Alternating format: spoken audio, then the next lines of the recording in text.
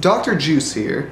In this video I'm going to be going over INTP versus ENTP. First, let's look at the similarities. Both are generally imaginative, creative, and have a good intuitive understanding of the things going on around them. They have natural reasoning and deduction skills and are good at understanding systems. Both are pretty easygoing and flexible, but the INTP can sometimes become very inflexible about certain things. This usually happens when you try to take the INTP out of their comfort zone. Now, if the ENTP is not careful, they may start taking action too quickly, not reflecting on it enough, and not really retaining very much. That's an ENTP weakness. A strength of an ENTP is, if they want to be, they can be charming and accommodating to others and remain in good relations with people. This is something that comes as a struggle to INTPs. Now for an INTP, a strength of theirs is they can be very attentive to detail if they want to be. Being able to make sure they don't make too many mistakes and keep everything in line.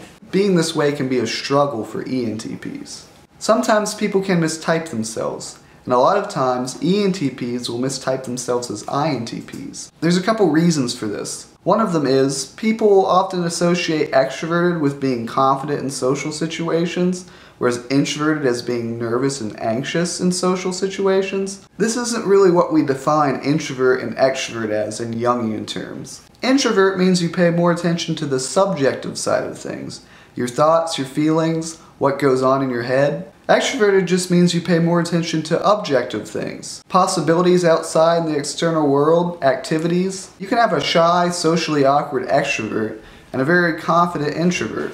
Another reason for ENTPs mistyping themselves is oftentimes when ENTPs overwhelm themselves with information, they need to go into a quiet place and be alone and reflect on all the experiences they've had. This reflection that they do, the ENTP might associate with recharging their batteries and thus think that they're introverted. Another reason, and this goes back to what I was talking about earlier, is the ENTP may be active, but that doesn't necessarily mean that they're active when it comes to people. For example, they may be active when it comes to pursuing ideas and studies. Those are some of the reasons ENTPs might mistype themselves as INTPs.